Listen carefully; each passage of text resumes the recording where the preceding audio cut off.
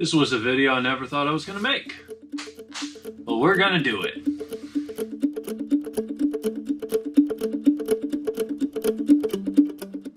Hey everyone, I'm Grant, the Rusty Autoholic guy, and welcome back to the channel. And we're just going to rip off the band-aid, so I'm going to go ahead and tell you. I am completely changing the drivetrain in my 2006 TJ Wrangler. I'm not going to put in the new AW4 I got. I'm not going to install the new torque converter that I got for said AW4. I am ripping out the doubler, the twin transfer case shifters, the Winter's car shifter, and the Genrite aluminum center console, because we are going with what you see right here as the new driveline for my diesel swap TJ Wrangler. So let's get into it. So before we go over the whys and everything, let's just talk about what is now going to be installed in my TJ Wrangler. It's the same engine, a Kubota V2403 2.4 liter turbo diesel engine that is indirect injection. We are now switching to a Ford 6R80E 6-speed automatic transmission. This is the piece I'm really excited about. And then this will be coupled to an MP231. That is the only piece of the driveline that is from my Wrangler still. So that is going to be the new driveline. Engine, transmission, transfer case. No doubler. And we're going to be doing this for a couple of reasons.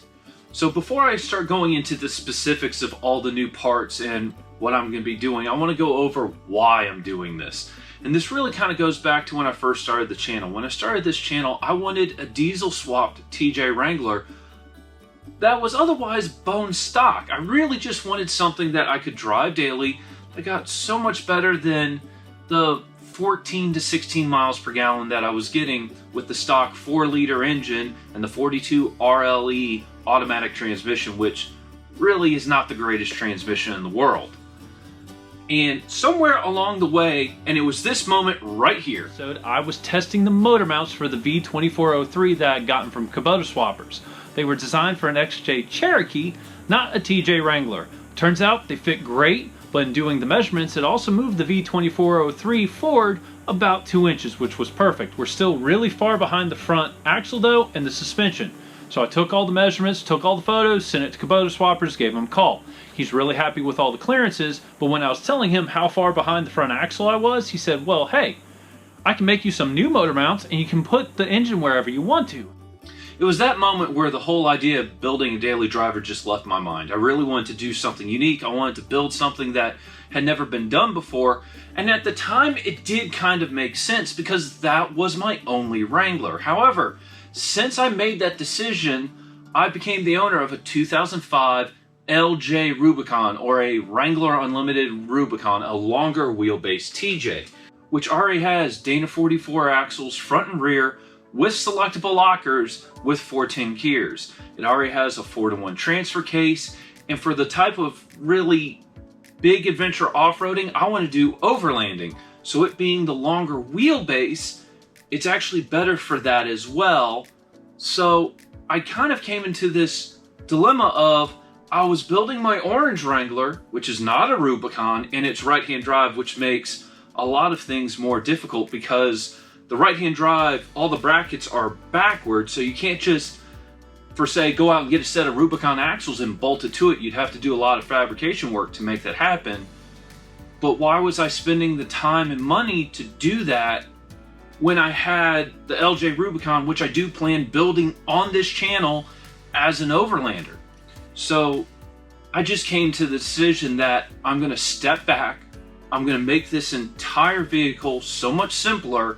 And by switching to this Ford automatic transmission with having more gears, not only does it solve all my highway speed problems by having 2 overdrives, it also has a granny low gear. So even though I am forfeiting the doubler, the granny low gear of 4.17 to 1 in the 6R80 is still going to give me a great crawl ratio. It's still going to make this a great Jeep to take out on the weekends when I have someone like Jacob call me up and say, hey, you want to go wheeling and go up the mountain? I can say, yes, I just want to be able to jump in it, drive it, and go have fun. So that is kind of the overall reason on why I am doing this. So now let's go into the specifics of why I think the 6R80 transmission is better for my 2.4 liter Kubota V2403 than the AW4 that I had purchased 2 weekends ago. All right, I'm going to have 3 graphs up here. The 6R80 gear ratios are going to be here. The early AW4 gear ratios are going to be here. And the later model AW4 gear ratios are going to be right here. So the first thing you're going to notice is that second, third, and fourth gear on the 6R80 is very similar to the AW4, both the early and the later model, first, second, and third gear. The biggest difference being that second gear on the 6R80 is a 2.34 to 1 ratio versus the AW4's 2.80 to 1. The other big difference, and this is kind of unique, I've never personally dealt with a transmission that has this, this automatic transmission does not have a 1-to-1 ratio. If you'll notice, fourth gear is 1.14 to 1 versus third gear on both AW4s is a 1-to-1 ratio. But the reason why I think this transmission is going to be so much better for the swap are the 2 overdrive ratios. Now, if you look at the 2 AW4s, the early model AW4 has an overdrive of 0.705 to 1, and the later model AW4 has a overdrive of 0.75 to 1. Versus fifth gear in the 6R80 is a 0.86 to 1, which is really where the RPM needs to be for my Kubota diesel for 55 to 65 miles per hour. But once I hit 70 miles per hour, let's say I'm on an interstate somewhere where the speed limit is 70 miles per hour, I have that 6th gear, which is 0.69 to 1. It just makes it so my engine is always in its optimum RPM range while I'm trying to drive either in town or highway or interstate speeds. Again, if I had a direct injection diesel engine, this probably wouldn't be a problem. Now, I'm sure several people are thinking, hey, if you had a direct injection, why don't you just do that? Several reasons on why I'm not changing the engine and I'm changing the transmission. One, I really like this engine, I know what it is, and I really want to make this engine work. It's the first diesel engine I've really messed with, and I'm really happy with the performance right now. I really want to see how far I can take this engine. But secondly, as with everything on this swap, it kind of comes down to cost. I already had the transmission. I already had the controller from US Shift. This is a Quick 6 controller. And I actually already had the adapter so I could mate the 6R80 to the Kubota V2403. I had actually commissioned KubotaSwappers a while ago. It might have been last year, I can't remember, to make that adapter. This transmission and adapter was actually supposed to go on one of my upcoming builds, my 1947 CJ2A. However, since I'd since I'd gotten the adapter and bought this transmission, I've realized I kind of need another adapter in another version of this transmission for that build. So I had no use for this transmission and I had no plans for the adapter. And since I already had the parts, it makes sense to just go ahead and hook this up in my TJ Wrangler. So I touched on it briefly. Let's talk about how I'm going to control the 6R80. Like I said, I already have the TCU from US Shift. It's called their Quick 6. I believe they call it their Revolution architecture or technology. It's actually a really neat controller. One of my favorite things about these 6R80s is you can get a shifter and it does the normal park, reverse, neutral drive, but you can actually slide the shifter over and have complete manual control over the transmission. That was actually something I haven't been able to set up yet with the AW4. The CompuShift computer absolutely has the ability to do that, but I don't have a shifter where it's just built in. And furthermore, on this box, it actually has a plug right here for it. So I'm not going to have to do any kind of special wiring. The wiring harness from US Shift will plug in directly to the shifter, and I'll be able to have full automatic mode with the 6R80, or